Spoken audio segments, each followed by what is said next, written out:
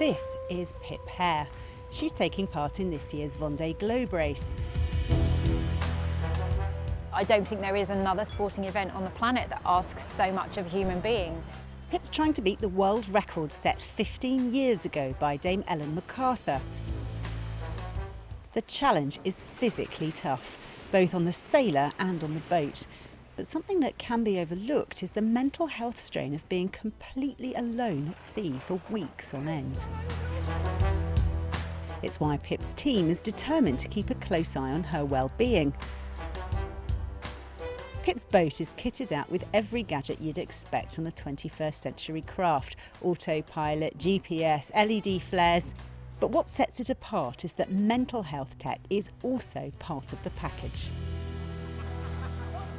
I'm really interested in how you're going to cope with being completely on your own for such a long period of time. So it is a long time at sea, but I'm really not alone. I'm well connected. I have 2 satellite systems. I can upload video, I can WhatsApp chats. And this connection to shore is where this 20-year-old yacht truly becomes cutting edge. Pip's team plans to use artificial intelligence to understand how she's really feeling from the videos she shares during her voyage. It's looking at the text that's been transcribed from anything anybody says, and it's giving us a sentiment about positive, neutral, or negative about what's being said. And then it's also looking at your facial expressions as you're talking to identify emotions, anything from joy to effortful thought to emphasis, as well as things like contempt and disgust. So, when Pip uploads a video, say something like this, It's my last day in pool today. it ends up in a system that looks a little like this, which picks up all of the different emotions that she's experiencing. And I walked out the door. This then allows her team to work out how they might be able to help her. It's really, do we sense that Pip isn't as joyful as she has been over the past week, and do we want to have another phone call that really tries to lift her spirits? But to give it a fair trial, I thought I'd have a go too. And I don't think I'll be needing a pep talk anytime soon. I seem pretty chipper. Back on land, this technology is used to do market research, analysing video uploads from customers.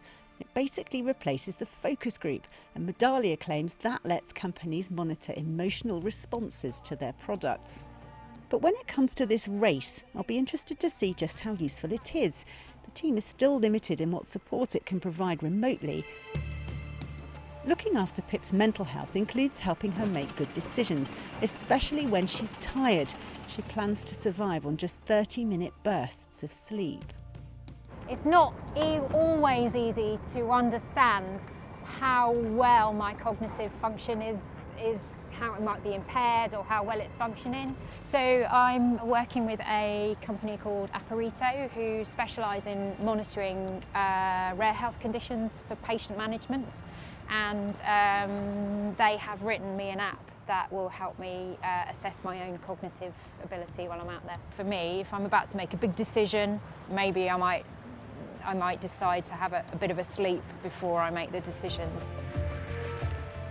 This app, called Oxygen, gives her regular prompts to complete basic maths challenges, a bit like brain training, and the speed and accuracy of her answers indicates how alert she is. I get a notification through my wearable. So there's a forward memory task where I recall the numbers in a list going forwards. Yeah.